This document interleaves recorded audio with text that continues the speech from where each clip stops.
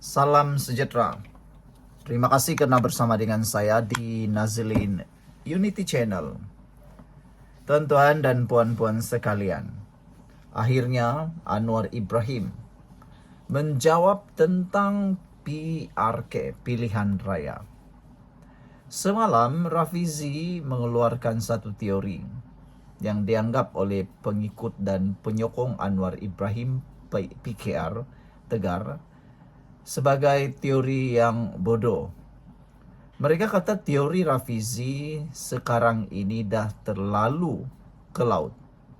Salah satunya ialah apabila Anwar Ibrahim datang ke Pandan untuk bersolat, Rafizi kata itu tanda bahawa ada langkah untuk mengadakan pilihan raya kecil di Pandan. Selain daripada itu, Rafizi juga menyatakan bahawa ada langkah untuk mahu meletakkan Tengku Zafrul sebagai calon di Pandan bagi menggantikan beliau.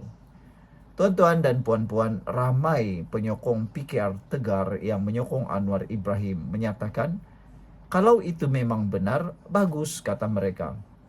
Kalaupun itu memang benar, pun bagus juga sebab Rafizi sekarang sudah tidak layak lagi bertanding untuk PKR dan beliau juga sendiri telah mengakui bahawa beliau tidak akan bertanding lagi ikut tiket PKR. Jadi apa salahnya Tengku Zafrul bertanding di kawasan tersebut?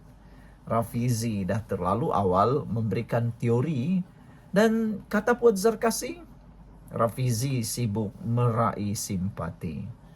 Tuan-tuan dan puan-puan sekalian, Anwar hari ini menyatakan PKR hanya pilih calon untuk PRU 16 dari cabang dan jentera yang kuat. PKR hanya mempertimbangkan calon daripada cabang dengan keanggotaan dan jentera yang kuat untuk diketengahkan pada pilihan raya umum ke-16, kata Anwar Ibrahim. Presiden PKR Datuk Seri Anwar Ibrahim berkata kriteria pemilihan calon juga bergantung kepada keaktifan program yang dilaksanakan di peringkat cabang berkenan. Walaupun peringkat jawatan kuasa Majlis Pimpinan Pusat yang cadangkan seseorang calon, saya akan reject tolak kalau cabang tidak mempunyai anggota atau lemah, kata Anwar Ibrahim. Lebih baik kita tumpu ke kawasan mempunyai kepimpinan yang kuat. Katanya ketika berucap pada program Mini Convention Keadilan Terengganu di Kuala Terengganu hari ini. Hadir sama Naib Presiden PKR yang juga Menteri Sains Teknologi dan Inovasi Datuk Chang Lee Kang. Setiausaha Agung PKR yang juga Timbalan Menteri Perdagangan Dalam Negeri Kos Sara Hidup Datuk Dr. Fuzia Saleh serta Ketua Penerangan Parti yang juga Menteri Komunikasi Datuk Fahmi Fazil. Pada masa sama, Perdana Menteri menyeru ahli PKR di Terengganu agar sentiasa menyampaikan maklumat jelas mengenai usaha kerajaan Madani dalam memastikan kesejahteraan rakyat, terutama agenda membasmi kemiskinan. Rencana kita yang penting dan nombor satu ialah membebaskan kelompok yang paling miskin, yaitu miskin tegar, kata Anwar. Dan bagi menyelesaikan kemiskinan ini, mestilah ada pelaburan, peningkatan dan pertumbuhan ekonomi, dana sebagainya, kata beliau. Jadi siapa yang patut menyampaikan ini? Saudaralah yang patut sampaikan, katanya. Sementara itu, ketika ditemui pemberita selepas program tersebut, Anwar berkata pihaknya menyerahkan kepada kepimpinan PKR negeri untuk menentukan sasaran jumlah kerusi akan dipertandingkan pada PRU 16 termasuk di Terengganu, kata beliau lagi. Persoalan yang mudah dan paling kritikal malam ini ialah adakah Rafizi akan dicalonkan lagi. Sekian dulu untuk kali ini. Jangan lupa tinggalkan komen Anda. Bye-bye. Terima kasih kerana menonton channel Nazilin Unity. Sebelum kita teruskan ulasan yang hebat ini, izinkan saya untuk berkongsi, perkenalkan kepada anda semua. Ini ialah terapi imun transfer factor for life. Terapi imun yang meningkatkan daya imun badan kita sehingga 400%. Secara umum dan ringkasnya, apabila imun badan kita lemah, Apabila imun badan kita bodoh, apabila imun badan kita celaru, kita kena penyakit dan sukar sembuh daripada penyakit. Jawaban kepada setiap masalah kesehatan kita ialah peningkatan daya imun badan. Apabila imun badan kita jadi kuat, bijaksana dan seimbang, kita sembuh daripada semua jenis penyakit. Terapi imun ini meningkatkan imun badan kita, mengajar imun badan kita, dan paling penting menyeimbangkan imun badan dalam tubuh badan kita. Produk ini lulus KKM, diperakui oleh dokter-dokter di seluruh dunia, dan juga halal. Cepat dapatkan produk yang hebat ini melalui nomor telepon saya yang tertera. Tuan-tuan dan puan-puan sekalian, jangan lepaskan peluang ini. Mungkin ini adalah jawaban kepada doa Anda selama ini untuk sembuh daripada penyakit. Terima kasih. Salam sejahtera, tuan-tuan dan puan-puan sekalian. Sudah lama kita tidak mendengar tentang kes Rosmah Mansur. Adakah beliau akan terlepas daripada hukuman penjara ataupun rayuan beliau diterima, ataupun beliau akan sama-sama dihukum seperti suaminya Datuk Seri Najib Tun Razak di penjara.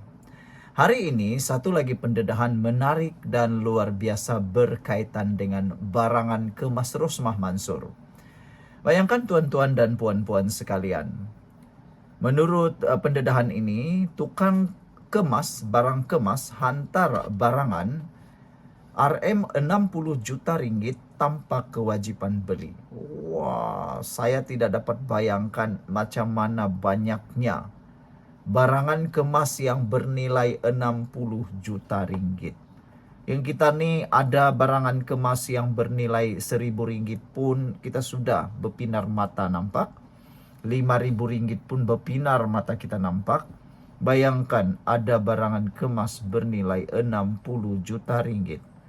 Agak-agak dari mana-mana duit nak beli ni ya. Aku rasa sampai mati 15 kali aku pun tak boleh beli barangan kemas 67 juta ringgit. Kalau mampu beli macam tu, oi hebat bosku. Tuan-tuan dan puan-puan sekalian, Rosmah Mansur mendakwa bahawa syarikat barangan kemas Lubnan Global Royalty Trading SAL menghantar 44 unit barangan bernilai 67 juta ringgit kepadanya pada tahun 2018 tanpa sebarang kewajipan untuk membeli.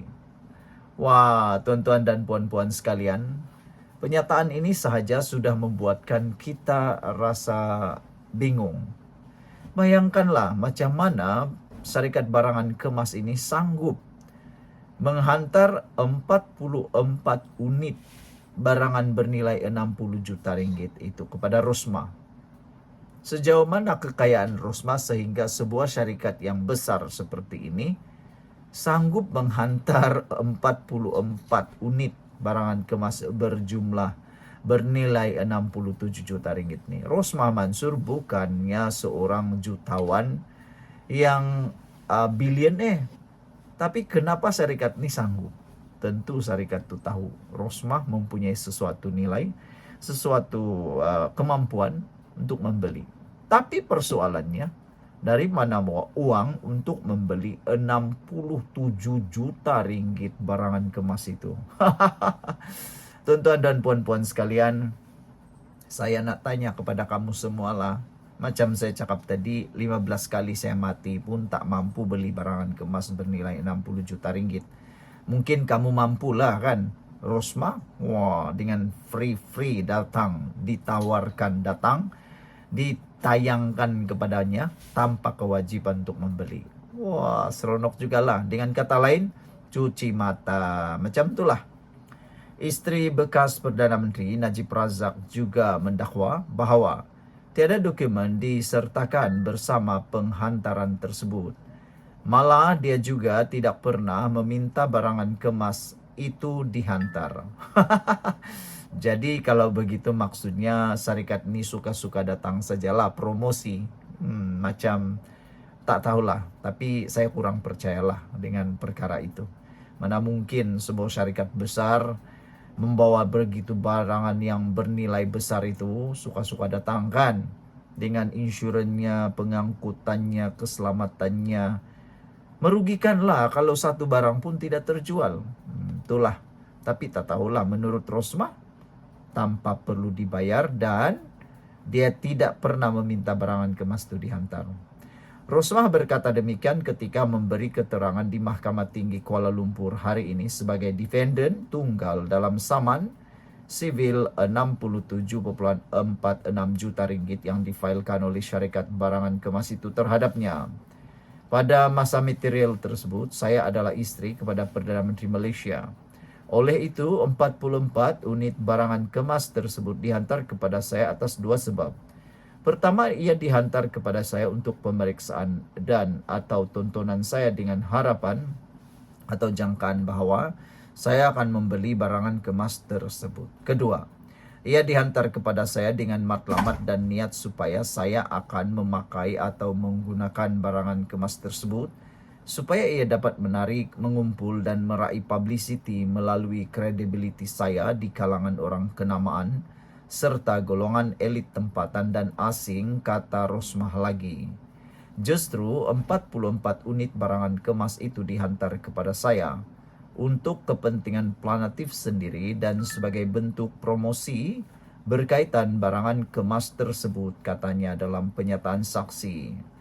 Suasana di bilik mahkamah menjadi tegang semasa pemeriksaan balas apabila Rosmah disoal oleh Peguam Planatif David Guru Patham yang menyoal jika dia menerima barangan kemas bernilai 67 juta ringgit setiap hari.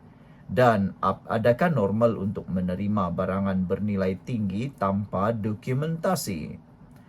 Defendant yang menjawab soalan David secara negatif menegur peguam itu apabila dia terus memintanya untuk menjawab dengan pantas.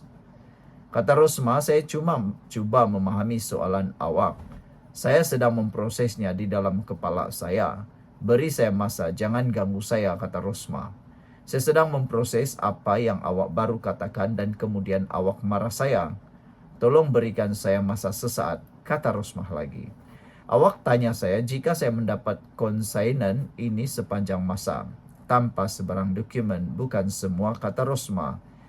Kedua-dua mereka kemudian melalui pusingan kedua soalan balas pantas apabila David bertanya, sama ada Rosmah berada dalam perniagaan mempromosikan produk bagi syarikat barangan kemas sebagai istri Perdana Menteri pada masa material tersebut. David bertanya, sebagai istri Perdana Menteri ketika itu, adakah awak dalam perniagaan mempromosikan produk syarikat barangan kemas? Rosmah menjawab, awak kata dia planatif adalah kawan, bukan? David bertanya, saya tanya soalan mudah. Awak bukan dalam perniagaan mempromosikan produk sebagai istri Perdana Menteri? Rosmah menjawab, tidak. David kemudian berterima kasih atas jawapannya yang dibalas dengan terima kasih juga oleh Rosmah. Kedua-dua mereka kemudian berpandangan seketika sebelum peguam itu meneruskan soalannya. Terdahulu, saksi planatif Samer Hasib Halimi yang juga pengasas dari dan prinsipal syarikat itu berkata, syarikat tersebut tidak meminjamkan barangan kemas untuk tujuan publicity. Dia juga memberi keterangan bahawa hubungan komersial yang rapat terjalin antara syarikat itu dan Rosmah dari semasa ke semasa melalui transaksi yang berulang. Samer bagaimanapun memberi keterangan bahawa terdapat memorandum yang mendokumentasikan 44 unit barangan kemas yang dihantar kepada Rosmah 8 tahun lalu dan tiada pembayaran dibuat berkenan barangan tersebut. Di bawah memorandum tersebut, hak milik barangan kemas kekal pada setiap masa sebagai harta tunggal dan eksklusif GRTS melainkan dan sehingga bil jualan dikeluarkan selepas pembayaran penuh dibuat. Defendant diberi milikan untuk pemeriksaan dan potensi pembelian sahaja. Memorandum itu menyatakan bahawa semasa tempoh konsainan, penerima memikul tanggungjawab terhadap barangan kemas tersebut. Katanya sambil menambah, jika barangan kemas itu tidak dipulangkan, penerima dikehendaki membayar nilai sepenuhnya.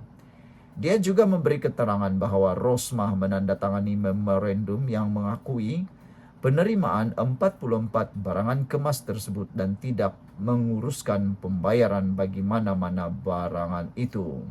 Sebaliknya, melalui surat bertarik 22 Mei 2018, Rosmah menyatakan bahwa barangan kemas tersebut dirampas oleh pihak berkuasa Malaysia.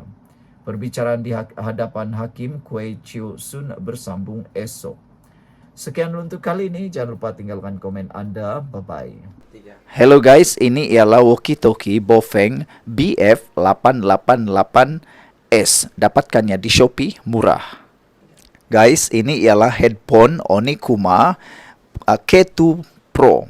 Hebat, luar biasa, cantik dan murah. Dapatkannya di Shopee. Guys, ini ialah power bank Mozom PB149. Murah, hebat, dan dapatkannya di Shopee sekarang. Guys, ini ialah Shocks Open Swim Pro. Headphone yang hebat, kualiti hebat, tahan air. Dapatkannya di Shopee. Guys, ini ialah headphone One Audio E70 Fusion. Dapatkannya di Shopee, murah sekarang.